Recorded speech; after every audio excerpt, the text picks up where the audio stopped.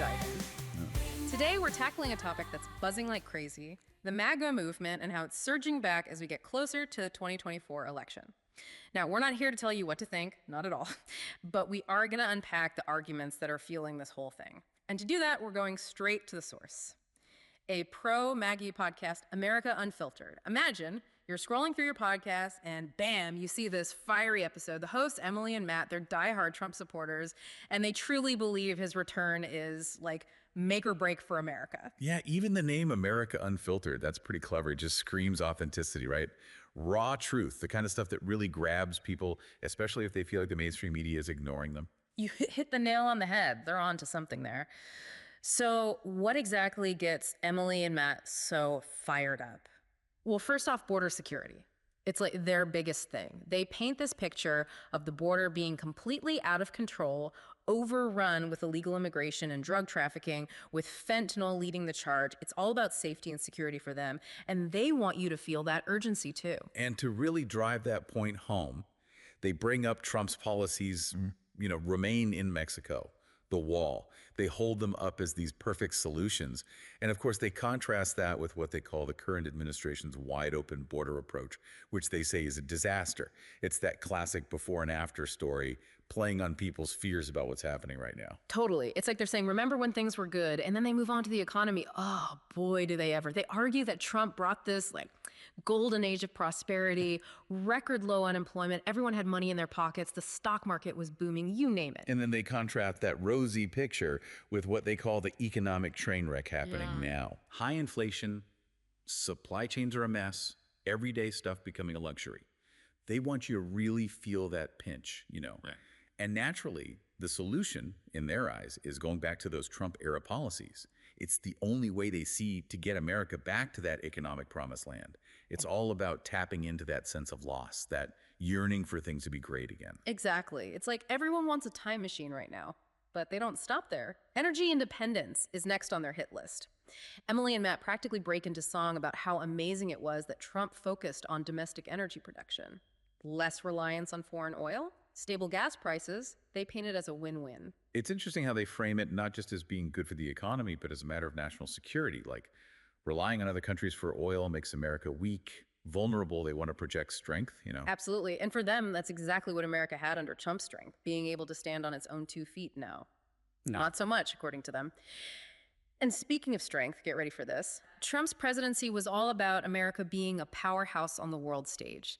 They love to point out that he didn't start any new wars, unlike some presidents they could mention. They see him as this master negotiator who commanded respect from other countries while keeping America safe and sound. It's a powerful image for sure. Trump is the peacemaker. And it's even more striking because they contrast it with all the global tension and potential conflicts we see brewing today. It's almost like they're saying, see how steady things were under Trump? Look at the mess we're in now. Exactly. It's all connected. They're weaving this narrative of decline. They're tapping into those deep-seated fears about the present while painting this rosy, almost too perfect picture of the past under Trump. Fear and nostalgia, powerful stuff, especially when used like that. Totally. They're creating this feeling that something has to change, and fast. And guess what they see is the answer? What else? The MAGA movement, of course. They tie all these issues, the border, the economy, energy, international relations, directly to the Make America Great Again message. It goes beyond just Trump himself, doesn't it? It's about this yearning for a time when America, at least in their minds, represented a specific set of values and ideals. They're selling a return to this bygone era of perceived greatness. Right. They're basically saying this is a battle for America's soul, and they want their listeners to be soldiers in that battle, to vote, to get behind Trump and bring back that old glory. It's a powerful call to action. It's smart, really. They use this potent mix of emotional appeals and stark choices. It's not just about disagreeing on policies, it's about saving America from some looming disaster. That really resonates with people who are already leaning their way. No doubt about it. But let's be clear, this is just a peek inside the minds of 2 passionate MAGA supporters. It's not the be-all and end-all analysis of the entire movement. Exactly. We've just tasted one flavor in a whole buffet of perspectives, right? We've unpacked Emily and Matt's arguments, but there's so much more to unpack. And that's what makes this whole deep dive so fascinating, don't you think? we're getting this like insider perspective on how a certain group of people see the world, what worries them, what they're hoping for. It's like we're getting a sneak peek, even if it's not the complete picture. Exactly. And Emily and Matt, they're not afraid to lay out a pretty grim view of the present, are they? Not at all. But then they offer up this solution, this like beacon of hope, and it's all about going back to the way things were under Trump's leadership. It's almost like they're saying he holds all the answers, from fixing the border to navigating all those tricky international situations. It's a powerful narrative for sure.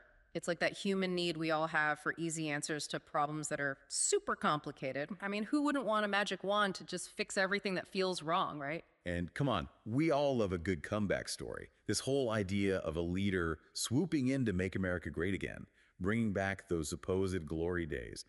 It's a pretty compelling image, especially when they deliver it with the kind of conviction that Emily and Matt have. Totally. They're tapping into those really deep desires for a better time, for a return to something that felt better. But it's on us, right? As people who are engaged as citizens, to take a step back and really think critically about those arguments, to consider other points of view, and then form our own opinions. We can't just hit the like button and call it a day. Absolutely. As enlightening as it is to listen to passionate voices like Emily and Matt's, it's so important to seek out diverse perspectives, to question our own assumptions and to really engage in those difficult conversations, even when, or maybe especially when we disagree. It's about understanding the whole spectrum of viewpoints, not just the ones that are comfortable for us. One thing that really struck me was how often Emily and Matt kept bringing up America's place in the world. They seem utterly convinced that under Trump, America commanded this like almost mythical respect from other countries, a respect that they believe is just gone now.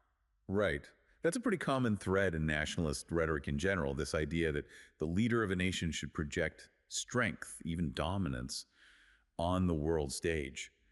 For some people, that translates to taking a hard line on things like immigration, trade, military intervention. It's about drawing those clear lines in the sand. And Emily and Matt, they definitely see Trump as the embodiment of that kind of leader, don't they? This figure who's not afraid to put America first, even if it ruffles some feathers along the way.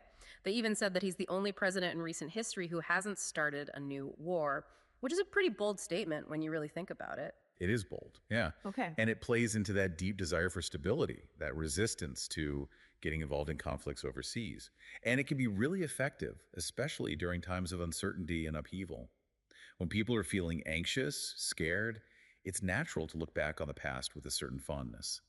We convince ourselves that things were simpler, better back then. It's almost comforting in a way, isn't it? To believe there was a time when everything was better. It's a compelling story, absolutely. And that's what this deep dive is all about, isn't it? We want to give you, the listener, the tools and insights you need to navigate this complex world of information. We explored one perspective on the MAGA movement, broke down those arguments, and really dug into the emotions behind them. But now, we're handing the baton to you. Exactly. It's your turn now. Ask those tough questions, find those different points of view, and come to your own conclusions. Being an informed citizen today means embracing complexity, challenging easy answers, and never ever stopping learning. So as we wrap up this deep dive into the MAGA movement, remember, this isn't the end, it's just the beginning. Keep those conversations going, keep asking questions, and keep diving deeper. Bring back the